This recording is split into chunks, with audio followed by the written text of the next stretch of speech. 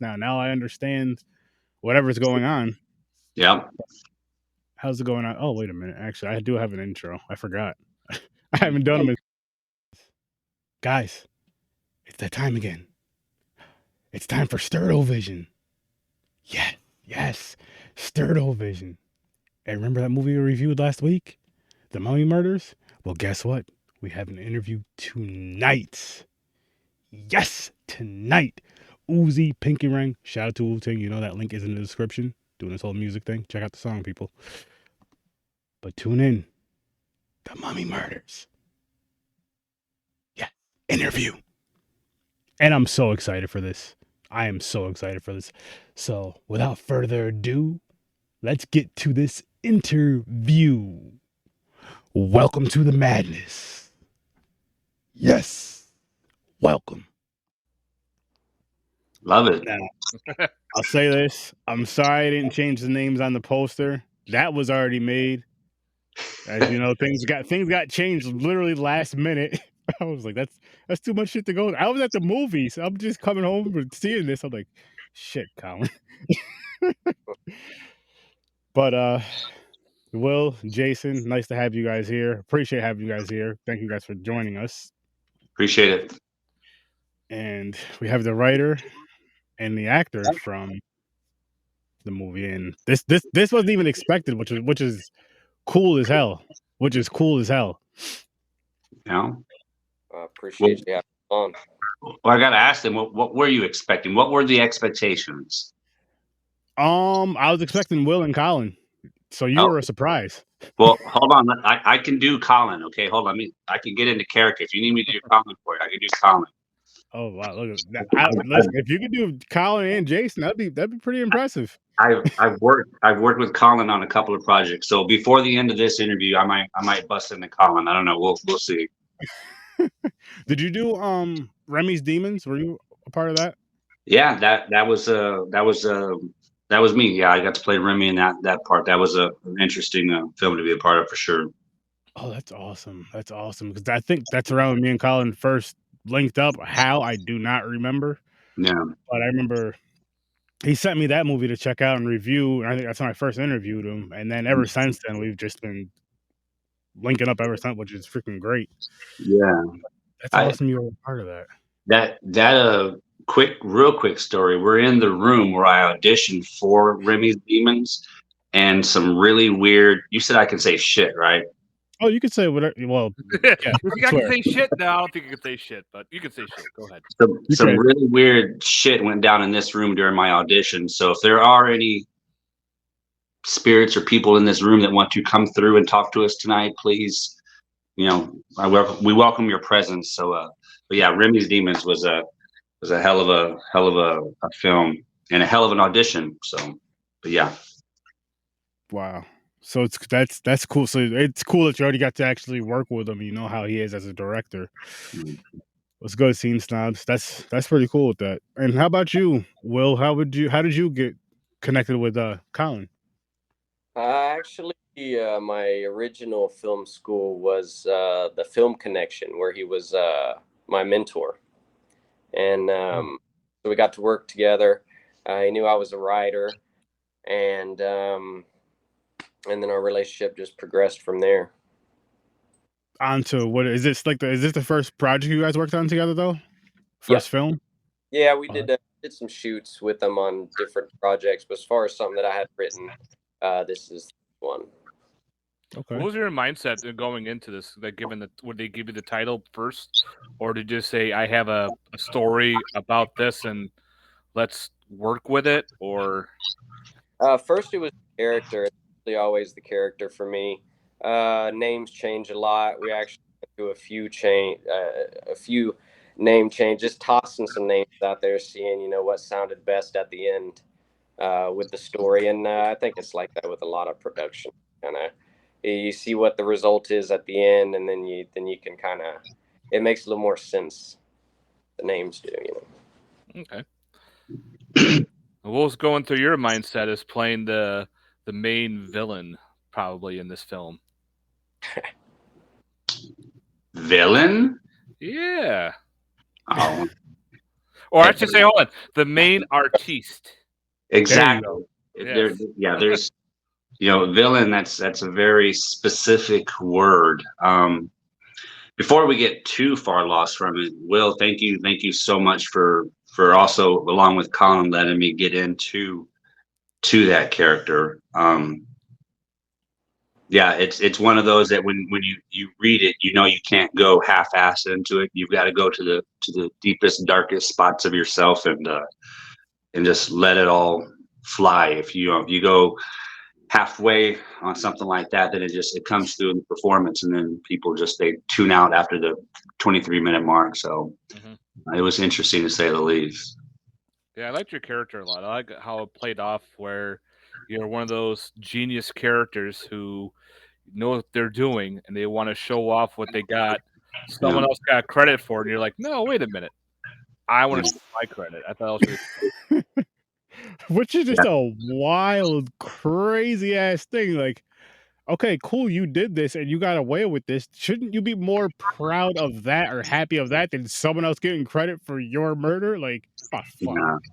I gotta get credit for this. Yeah, I think that's I didn't purposely think of it this way, but now that you mention it, yeah, Joe's very much a modern day man, because I want credit for what I did. So everyone needs to have eyes on him. So no, I'm the one that murdered, or mummified all those women. So yeah, Joe needed his credit for sure. Which we actually have a question out here for you guys. How long was the shoot? I will. How long? I mean, you guys started before me for a little bit. How long did y'all really go for before I got on board? Let's see. Well, the main shoot we did in 3 days. It was everybody worked together. Went really, really smooth. But as far as we did a lot of pickup shots where we could get the opportunity, weather pending, if everybody's available.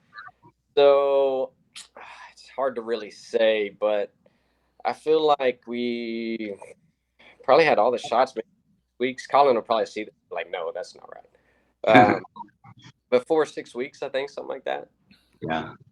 I remember it was that first week or second week in January, a good solid 3 to 4 days of just going in there and plopping into, and I mean this as a compliment, Will, like Tarantino-ish dialogue, like pages on pages of just dialogue and pounding it. Yeah, it was intense. So yeah, for me, a good solid week. And then I think I broke for a little bit and then came back a couple of weeks later to do a couple of pickup shots, kind of give me some time to grow out the facial hair for the scene on the bus at the end, the Clarice, nod there. So yeah, overall for me, I worked for maybe a week and a half, 2 weeks if you put it all together in total. Now, going back to what Matt was asking you earlier, like getting into character, is it something where you have to be alone or watch a certain thing or listen to a certain thing to get into a certain mindset, or is it just like a switch you can turn on and off?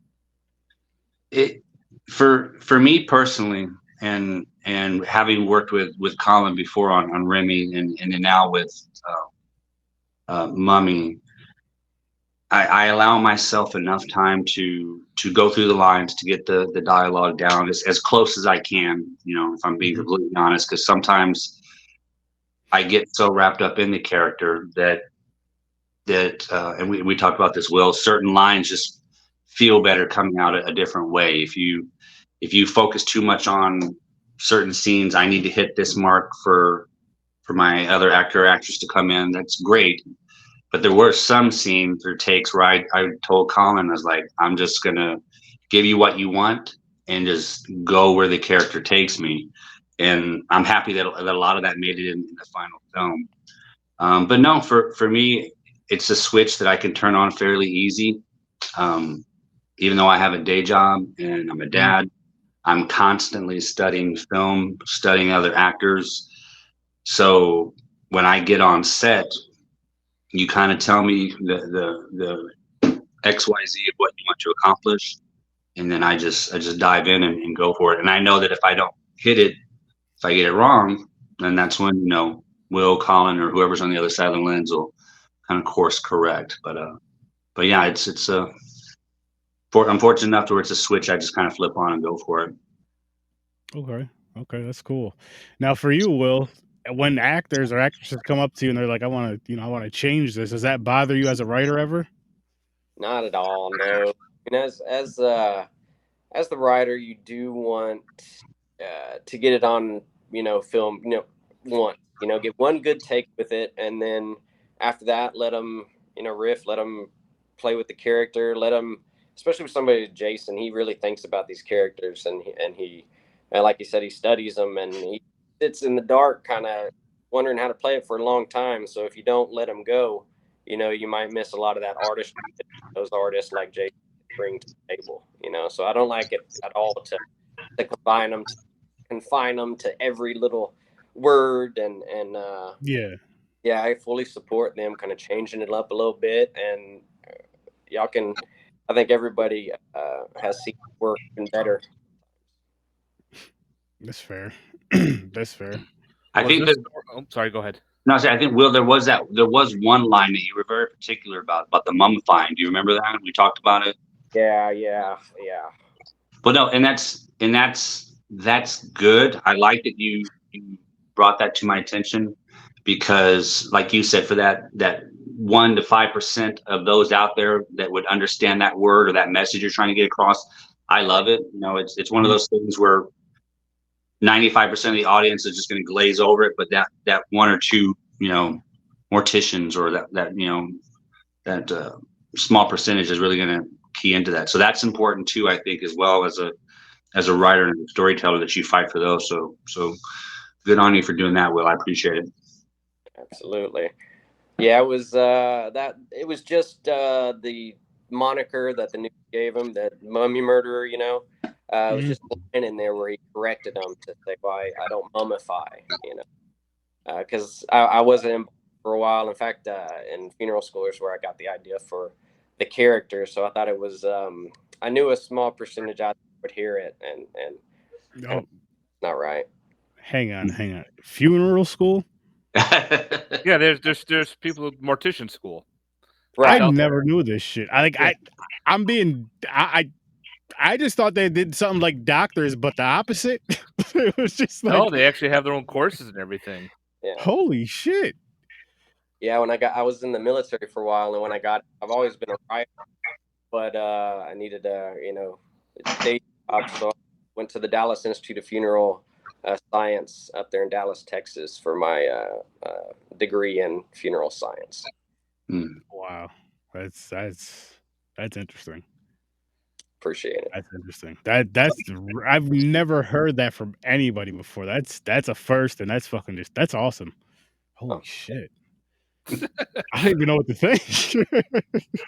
Oh my gosh, my mind's blown from that. That's wow. Just go to a building and stick them in the ground. There's a whole deal about what they have to do. Well, I understand all that, and I've seen the movies. I know how it works. You cut the body open, you're eating, you put it down, then a ghost comes. I get it. Well, and to Will's credit too, there's a lot of detail that we talked about in the spoiler alert, the shower scene, when I'm doing the thing I'm doing to the one girl that I've got strung up. Remember, Will, about how we would sever things, how we would insert this, and how we would sew things up. So, as an actor, you wish every one of those little details could make it into the final project. I know some of it didn't quite make it, but his knowledge on how to properly do it really came in handy. And I left there a new man, so I picked up a new skill. So thanks, Will. Appreciate it. That scene with everybody not wanting to make eye contact. Yeah. I bet you left a lot of weirdness on the set. Like, don't stay away from him for a little while. Jason's still not reaching out to him because they had to watch him do it. Yeah. Now, was this story based on any true events? Like, was there an actual individual who did this, and that's where you got the idea for? Or was this just something that you figured, let's work on this? Yeah, I just had the idea for the character, and then I was like, well, in what context would I bring this character to life? So, of course, we subconsciously pull from all the movies we've seen, and those wheels are just spinning in your head. So you put it on paper and you change it 100 times and just hope that it ends up with something good. Now, you said you were a mortician, which I still can't get over, Uh-huh. which I just think is awesome. And in the military, when did you, like, and all that, when did you want to be a writer? Or was it something you always wanted to do and maybe never found the chance? Or Yeah, I've been writing since I was 11 or 12. Always knew I wanted to be a writer. Started out trying to be a novelist, still pursuing that goal as well. But didn't go to film school. I'd say maybe 4 years ago is when I started. Mm-hmm. So, oh wow, I think 6 years ago is when I wrote my first script. okay. How long does it take you to write a script? It really just depends on which script it is. Usually I can knock out a first draft, 3 or 4, a good solid one. But you know, I do short stories when I'm having when I can't think. You know, if I'm at writer's block, up a 3-page script just as a creative exercise. So it really just would depend. That's cool. But you know, I mean, you write and you rewrite and you fix it 100. So it's like never. I got all these stories in my head. I'm trying to figure out how I can write it down and be like, this would make a great idea for a movie and shit like that. Yeah, I keep a well, I used to keep a recorder with me. Now you can do it on your phone. You know, if you have a thought, Siri, remember this. So Yeah, that's true. Middle That's of the night, very true. probably woke up 100 times. Just go to bed. Like, I'm writing a story. Right. I'm trying to write a movie. Like, write it, don't say it. So are there any plans for like maybe a sequel in the works? Ooh. What do you think, Jason? Let's face it, this day and age, Will, you gotta have a sequel. He's right. But no, he's right. Honestly, there was with most films, there's like so many different endings that you want to do, and I know that there was a couple of different endings, Will, that were kind of up in the air, and I think that if the spirit moved you and you were able to put ink to paper or whatever kids do these days, I think Joe deserves a sequel. You know, there's some other stuff out there we could do with him. Yeah, I've definitely already been jotting down ideas. So. There we go. Well, let me know. I'm going to start growing my hair out. So, you know, let me know before I start growing it. I'm just kidding. It's never coming back. I've told my son that it's never coming back. So give that man a wig. I wanted to play younger Joe, but they're like, yeah, you can't play younger Joe. Let's get someone with hair and abs to do that. So, but I fought it, but they're like, no, we're going to go in another direction. At least you tried, man. You know. Yeah, stars, right? Yeah. Joe was such an interesting character too, because I'm just, first of all, I'd be so mad. You're just sitting out at the coffee shop, minding your own business, having a cookie, something to drink, and this crazy son of a bitch just sits right in front of you and just says the wildest shit you ever heard in your life, and you're just like, oh shit. And as a reporter, you're like, I need to hear more. Like me, I'm like, you know what? This is too fucking crazy. I gotta go. Yeah. This is no, I'm not interested. No, thank you. Because that was just like, oh my gosh. Well, it's a battle. You know, as a writer, you know, she thinks of herself as an artist too. So Joe can't stop, and neither can. Mm-hmm. And that is my problem as a podcaster, because I'd be like, yo, guys, I got this crazy ass story, but at the same time, I feel like I'd be like, you know what, this guy's a little bit too crazy for me. They're like, nah, I don't. I gotta go. I'm scared. It was just, and like how calm he was the whole time, saying all this stuff that he did. How are you gonna be that calm saying all this stuff you did? And I'm just waiting for like somebody in the background to hear him. But I guess he's talking quiet enough and the place is loud enough, but it doesn't seem like it's that loud. Right. And it seems like because we're right there. It seems like Joe's conversation with I don't remember her name, but Alexa. yes, with her, it seemed like their conversation was louder than what it was, but I guess because it was right there and that's what we're focused on. But it just seemed like someone would hear something. I was like, how does nobody hear him saying this shit at all? Well, what you didn't notice is everyone in the cafe, they're all on their phones. It's 2023, so no one's paying attention to shit. True. So True. That no, that's a great point. That is a great point, because when you're not in your phones, you're kind of, even if you're in conversation, you're still kind of looking around, and you can kind of look at some people like, what the fuck? What's going on over there? Like, why is she looks uncomfortable? He just looks. It's just your average middle-aged white dude drinking a glass of milk with a severed finger in a basket. There's nothing to see here. A severed finger in a basket. And how he just takes that out and just sets it down like it's nothing, like it's a breadstick. I'm like, what the? How are you this calm? And why are you still sitting there, woman? Get up. I just liked how they played the part where she would, like I said, as someone sits down a finger in front of you, majority of us are going to freak out and be like, what the fuck? But since she's a reporter, and I remember like when you were saying in the beginning of the story, have you ever lied, talk about lying and doing your journal? This is where an opportunity is like, wait a minute, this guy's sitting down a finger. Maybe he's got something. Maybe I got a story here. And I like how that all played off down the road where she has to stay for this guy to listen, because now she's got a story. She's got something that she could work with and maybe get herself what she wants. And that's what she wants, is to become like a famous writer or a famous author and everything. It's like, oh, he's really in the gold and he brought me this. I'm like, all right, let's see what we got. Yeah, I appreciate it. And the ending was cool too. I like how that everything wrapped around. I don't want to spoil the ending, even though we did it in the previous. We did last time. Yep. Well, the review, that's different. They know that's gonna be a spoiler review. Yeah, they know that. What was your favorite part of playing Jason? Like, was it the mind games, or was it the crazy kills that you described? The kills, those are always fun, even though it's not in my opinion, and Will, you wrote it, it's not just a slap you in the face straight up horror. It's got that slow build, that slow burn. It's a little bit of suspense. We tried to make that happen the best we could. Honestly, going into it, I flipping hated. I don't say hated.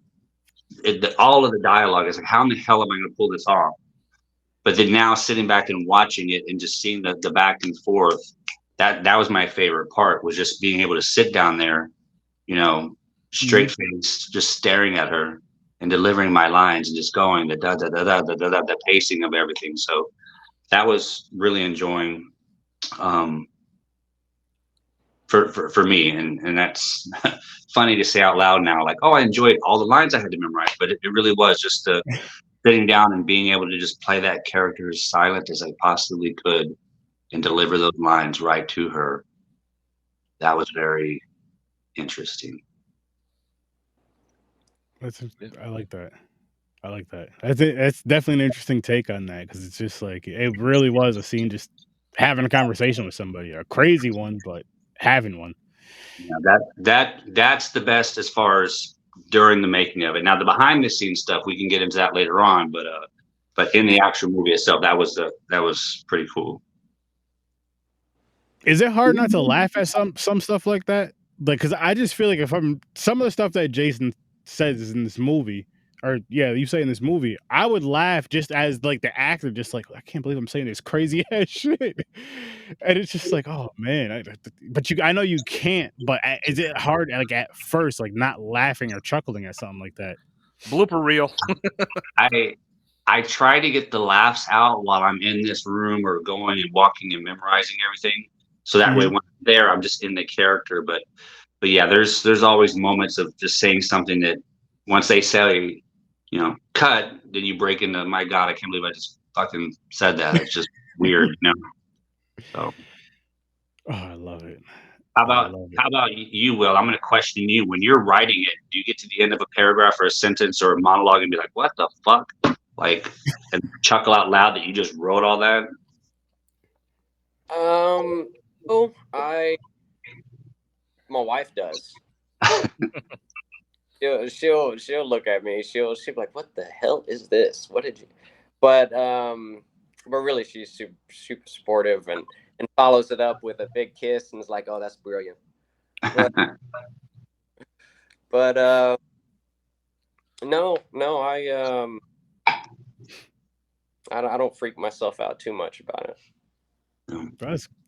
That's good. That's good. I think. Well, a lot of these, like the thing Joe does is I've worked in the funeral industry, so you see a lot of death and stuff like that. So a lot of these things, bar the serious stuff, a lot of these things aren't odd to someone who's seen a lot of the stuff. Okay, that makes sense.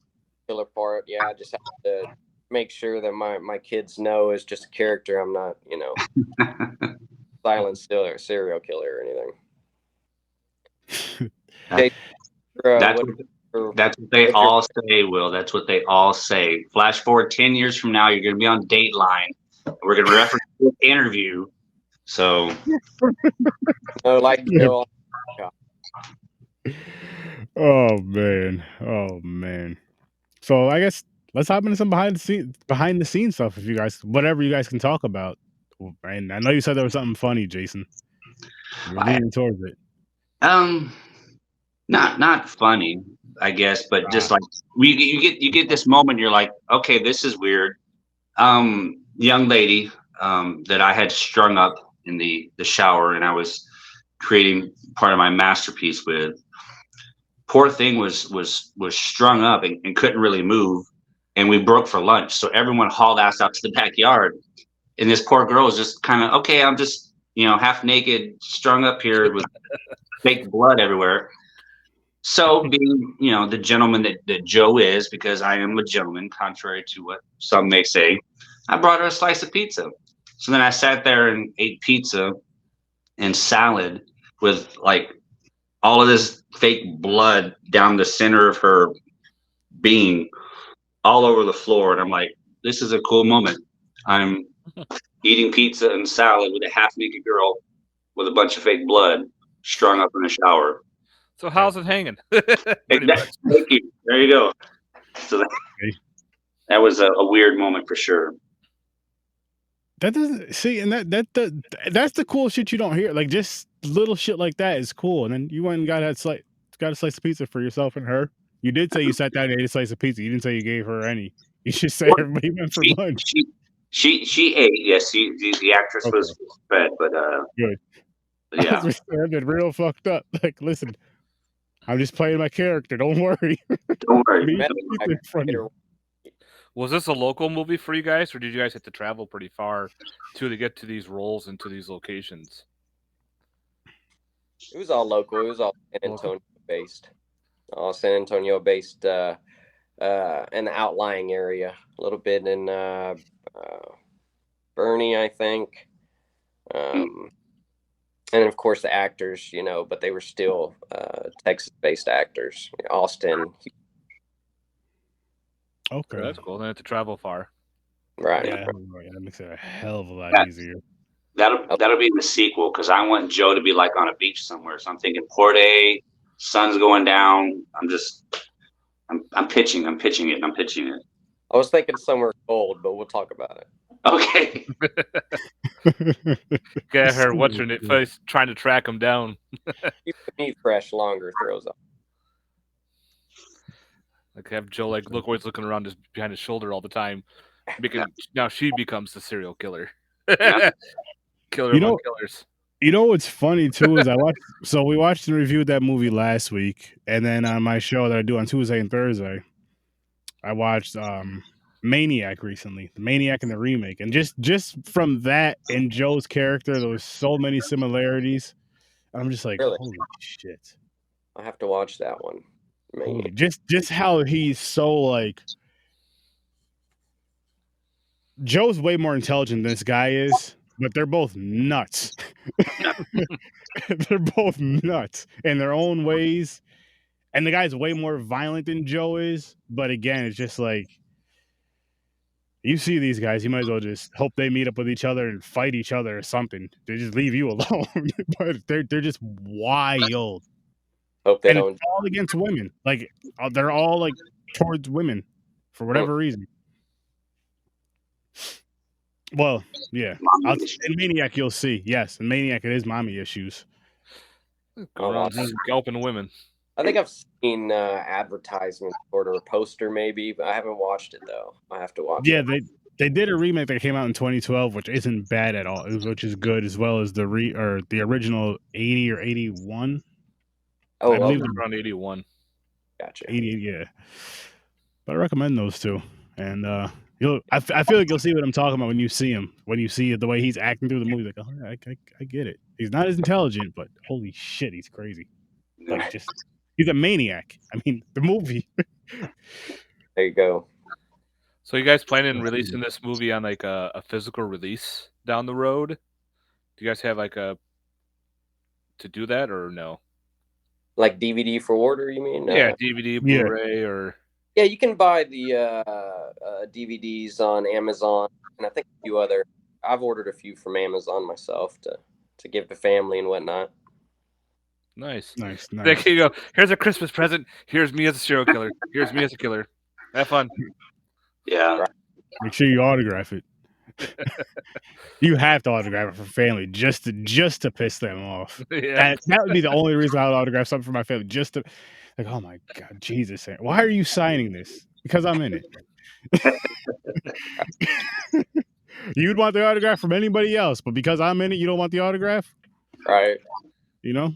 Nice. That's why. You were only in it for 30 seconds. Were you in it? Exactly. I would like to get one and get with the cast and get all the cast to sign it just for myself. Start with Jason. Guys, starting with Jason. Got to start with the main man. You want it signed in blood or milk? Like what would you want? Like a milk signature or blood signature? What works for you? I would say mix the two. It's a good. When he returns the movie, there's a finger inside. Yeah. Speaking of bloody milk, can we say what the embalming fluid was, Will? Do you want to share that? Go ahead. Yeah, go ahead. What it was? It wasn't strawberry milk. What was it? It was strawberry milk. Yeah. Strawberry milk. Perfect. It looks just identical though. So that's what the fluid really looks like. So we're sitting there and I'm pumping her full of this stuff and it's just flowing everywhere. It's just oozing strawberry milk. So, so next time you have a tall glass of Nestle's, just think embalming fluid. You're welcome. Well, if it tastes that good, shit. Sign me up. A little bit for you, a little bit for me, a little bit for you. That's all we needed next, huh? Was him drinking some strawberry milk next to her, talking to her. Like, what the fuck? What's wrong with you, man? That's a cool question. Like, why would you use embalming fluid? Why, like, that was a cool idea that they use, because a lot of times killers use, strangulation, knives, some type of drowning, or whatever weapon they use. This was a really cool weapon of choice of embalming fluid. Like you see Joe's character mature, and well, not mature, but more develop himself down the road. Like first he was doing the strangulation, keeping the bodies over, and like, okay, now it's rotting. Yeah. Let's work my way up. That was kind of weird. Why did you come up with embalming fluid? Well, you want to come out with something original, and of course it tied into the whole boyhood of Joe. That's he grew up in a My Girl situation funeral home. Also, he like we said in the movie, he likes to, the character likes to watch it slowly happen. It's about this violent gratification for him. He's creating art, and if you're doing a painting takes a while. If you're doing huge drawing or something, whatever your choice is. But he wanted to have it gradually happen, I guess, and that's not only that, but he wanted to preserve them long enough to keep them with him. So if he was violent or something like that, he'd have to get, and he'd be like a serial killer. So try to come up with something original and hope people like it, you know. Yeah. Kind of reminded me of the movie Anatomy. I don't know if you ever saw that horror movie. So No, I think it was like a British yeah. film. They were using a special liquid when they injected them. It made the blood like solidify, and they turned them into the anatomy class projects. You know, like you have the body there that's half Oh dissected, shit! and they were all, and they made those. So they killed people. It was like a society that would do that. That's They would hilarious. target certain people, inject them with the fluid. Everything would just solidify. You would freeze, and they can dissect you, take parts, and turn you into anatomy pieces. Oh, again, I Anatomy. want to see that. I want to see that. Y'all are me today. I haven't seen these movies. They sound great though. Oh man, yeah, I can't stop. Nope. I'm a big collector in physical media, and I definitely want to find this movie and add it to my collection. I own over about 5,000 titles on physical media. Damn, man. This is why it's so hard for me to stump him in a movie. Like I'll get some random. Yo, you ever see this? And he'll send me a picture. Yeah, I have it on Blu-ray. I'm like, yo, fuck you. I thought I did some here. You know, I have it on Blu-ray. I had it for like 6 years now. Like, you didn't have to throw all that extra shit in there, man. I have to. Like, I'm also a big supporter of independent films too, because without the independent films, you never know what's going to happen, and help support them, and it helps make them grow into whatever they need to grow into, be a bigger, better filmmaker, writer, actor, actress, whatever. And then all of a sudden at these cons, they show up and go, "Hey, guess what? I got your first film from such and such," and show it to them. Like, holy shit. That's so awesome. Like, how the hell do you have? I don't even remember this movie. Like, how the fuck don't you remember that? I love this movie. I love that shit. I can't wait. Oh man, cons. Do you guys do cons? Horror conventions? It's been a couple of years since I've done anything like that, and I'll still try to get out to it every so often, to like the little horror conventions here in San Antonio, or the bigger cons back in the day. Those are always fun. You get to meet 1,000 different people, and they might not know who you are, but they'll look at your product, talk to you for a little bit. You get to tell a story, so it's definitely fun to get out and do. That's how I met some directors and actresses, that by going to cons, they're showing off their films, and you're like, "What is that?" And you start talking about it, and sometimes they'll play a little reel, or you have the movie right there, and you pick it up and like, "All right, I'll give it a shot." All of a sudden you go home, you're like, "Holy cow, this movie's fucking amazing." Then it's pretty much the spread of the word, you know. Everyone's doing it. I do movie reviews on my YouTube channel, and I'll review it, and a lot of people are like, "Well, where'd you get it?" Boom, boom, boom, and hopefully that helps promote more sales, and hopefully gets the movie out there for more people to see. And the cons are great because you get to talk to everybody. That's so much fun. That's why I love doing cons. Hell, they're awesome. They're awesome. That's how Aaron and I met. We met at a con. Yep. Oh, really? Yep. Hell yeah. Yeah. It was a few years back, and funny story actually, because my brother used to live out here in Albany, and now he moved out to Colorado. And the funny thing is, the year he moved out to Colorado, a few months later, Robert Englund was going to be here at this con that me and Matt met at. So, and Freddy is my brother's favorite slasher. So he was pissed.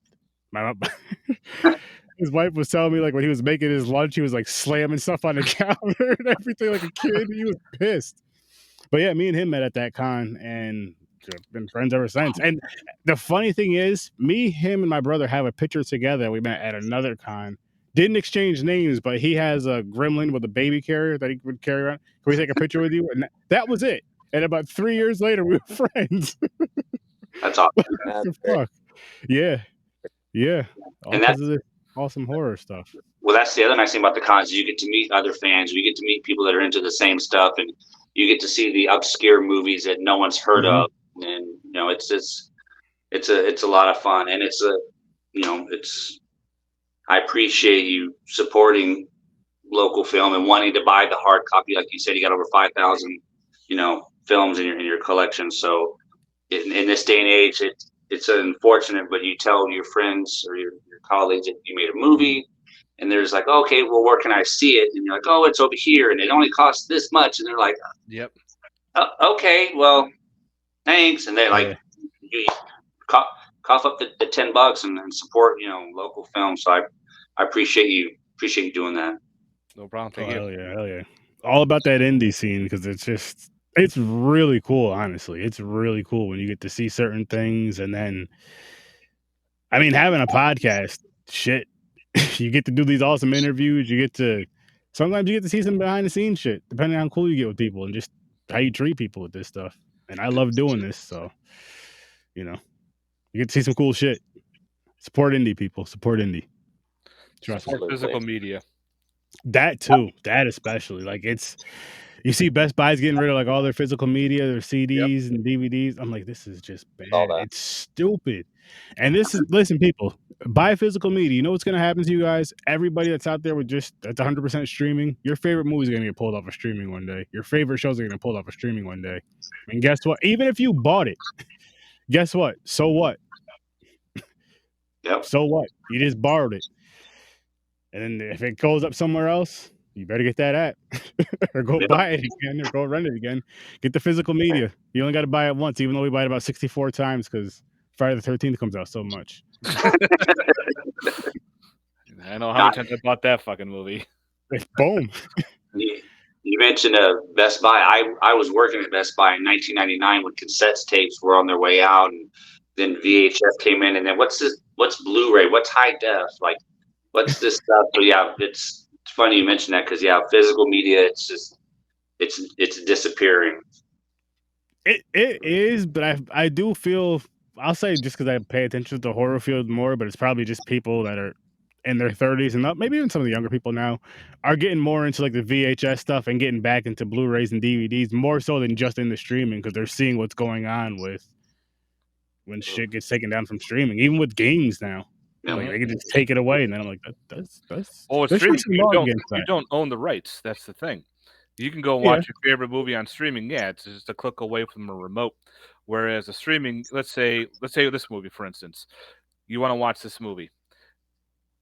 If you go on a streaming service, okay, you have to pay, like I said, you have to pay like $10 to watch it. A lot of people are like, I'm not gonna spend $10, especially for this and that. Or the people who do spend $10, okay, you support, you watch the movie, you have a good time, it's there. Then the service can go, you know what? We need more room in our hard drives. Yeah. We'll take these movies down. And all of a sudden you're like, you have a bunch of friends over to watch it. Boom, it's gone. It's like, what the fuck happened to this movie? Buy physical. I bought it, but where is it? Whereas if you buy a physical, it's tangible. I mean, I have it now. It's in my hands. It's sitting on my shelf. If friends want to come over 2 years down the road, guess what? We can pop it in, watch it, and have a good time. That's a lot of people don't get. I wouldn't even be as mad if you just gave me my money back. Shit. How are you going to sit there and make me pay for something and then just take it, and then that's it? At least give me half of it back. Something. No, Shit. They don't. They want your money. They don't give a crap about that. Greedy. You have the money, you got your actors, you got your writers, you got your directors. Yeah, the streaming give you a certain amount of money for it, but when you buy a physical, you're actually supporting all those actors and actresses, writers, directors, photographers, behind the scenes. That's helping go to them because that's making them money towards that so they can make their next project and whatnot. And what happens is if that doesn't happen, guess what? Like, well, no one liked my movie. I guess I won't write anymore. I'll go back to being a mortician, or I'm gonna go back to Best Buy and work somewhere. No, a mortician at Best Buy. That's the thing. I'm going to speak for Will and speak for myself. Is once this is in you, there's no shelf life for a writer or shelf life for an actor. I'll disappear for 15 years, but I'll pop back up like something you got at spring break in '99. I'm never going to go away. So actors and writers, we never disappear. We're always going to be around. Nice. That's right. I like that. Speaking of which, do you have any projects coming up, Will, or any ideas you have floating around that you can share? I got a lot of projects going. Probably got, I don't know, about 7 features floating around out there doing the festival. Just trying to just keep writing and get the work out there to people. I like that. So yeah, always something. Always something going Staying on. busy. Staying busy. Got to. You got to. And how about you, Jason? I'm actually going to be wrapping up here in the maybe next couple of weeks or a couple of months. Again, it's local film, so schedules are always a little funky, but I should have cleared this with him before I said this, so I'm not sure what all I can say, but just imagine, if you will, your favorite superhero just one day gets abducted by the Manson family and is forced to recreate scenes from one of their all-time favorite movies, and this chaos ensues. So that's about all I'll leave it. And hopefully, if the director, no, not poor Aquaman. No, I'm just kidding. hopefully the gentleman I'm working with, Taylor, hopefully if the director here, if he sees this, I didn't give away too much, but that's the best way to imagine this project. It's hopefully going to be out before Christmas time, but we'll see. Cool. Sounds good. Sounds good. Well, I guess we can wrap this one up. Listen, people, go watch that fucking movie. That shit was dope. Go buy it, rent it. I just bought it on Amazon while we were talking. Boom. And I appreciate you guys, and I love you guys, and physical media is important. Very. But you can also, after you watch this, go click a button and order it digitally, and you can watch it that way too before you order your hard copy. I'm cool with that He's too. right. He's right. Test it out before you like it, before you drive it. That's fair too. Rent it. If you don't like it, at least you rented it, right? But seriously, go check it out, people. I think you'll enjoy the movie. I'm glad you had these two gentlemen on. Colin, yes, thank you for coming on. Next time. Yep. Hopefully you're here. And other than that, people, I'll see you in your nightmares. Peace. Appreciate you. Bye, guys.